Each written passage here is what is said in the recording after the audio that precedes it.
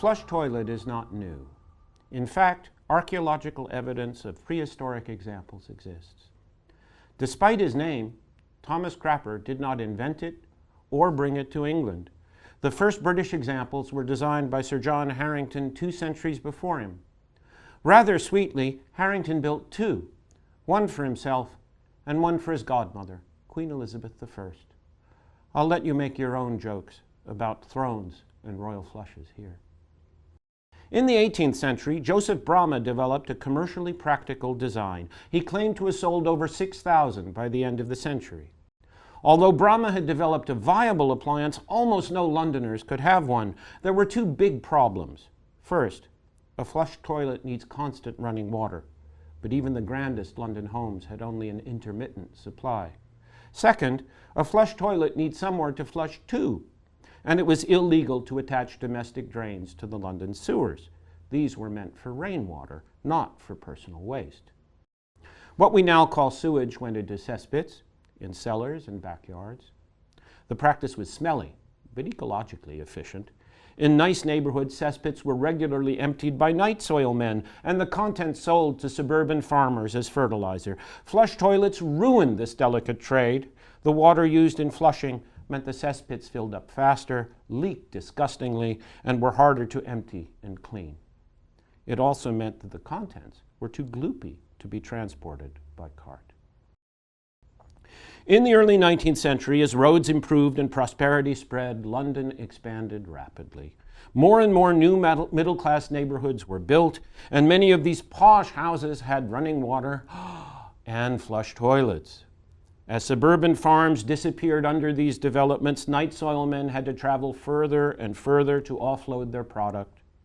When guano appeared as a fertilizer imported from Latin America in the 1840s, the market for human waste finally collapsed. Hundreds of thousands of cesspits were closed. At the same time, building regulations changed, whereas until 1844 it was illegal to connect household drains to the sewers. After 1844, it was mandatory. The result, an exponential increase in flush toilets sending waste into the sewers, which took it, of course, straight into the river. Then came the Great Exhibition of 1851. One of the star exhibits was George Jennings's monkey closet, an improved flush toilet design. It was not just prominently displayed, it was enthusiastically used. Jennings provided a public convenience for the royal palace, and this was incredibly popular. 827,280 visitors literally spent a penny. Most were using flush toilets for the first time, and many enjoyed the experience so much that they wanted to repeat it. Jennings's convenience stayed open for years after the exhibition closed and earned over £1,000 annually. That's roughly 300 users a day for a public toilet. Jennings opened retail premises in Great Charlotte Street to supply those who wanted a water closet at home, and by 1857, London had about 200,000 flush toilets, but only the Thames to flush them into. So far, so revolting.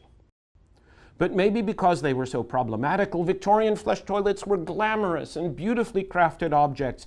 They had cases of polished tropical hardwood. The handles and levers were molded fantasies in brass, and the ceramic bowls were decorated with painted landscapes or still lifes.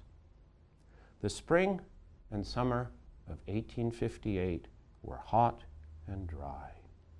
The level of the Thames was unusually low.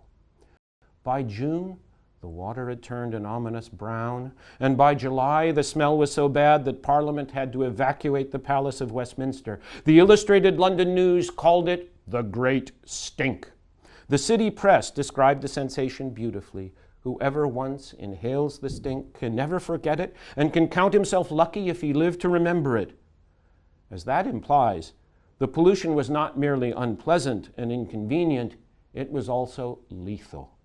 A recent cholera epidemic had been traced to contaminated water, and Londoners were newly sensitive to the health risk posed by their own waste.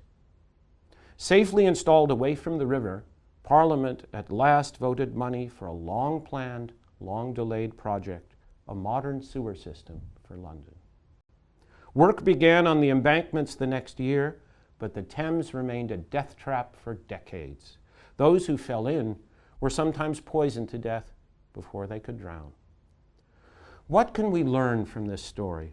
One lesson is too often overlooked. The date of invention of new technology is much less important than the date of widespread application. And maybe the inventor is less important than the popularizer. A second lesson is so important that our lives may depend on it.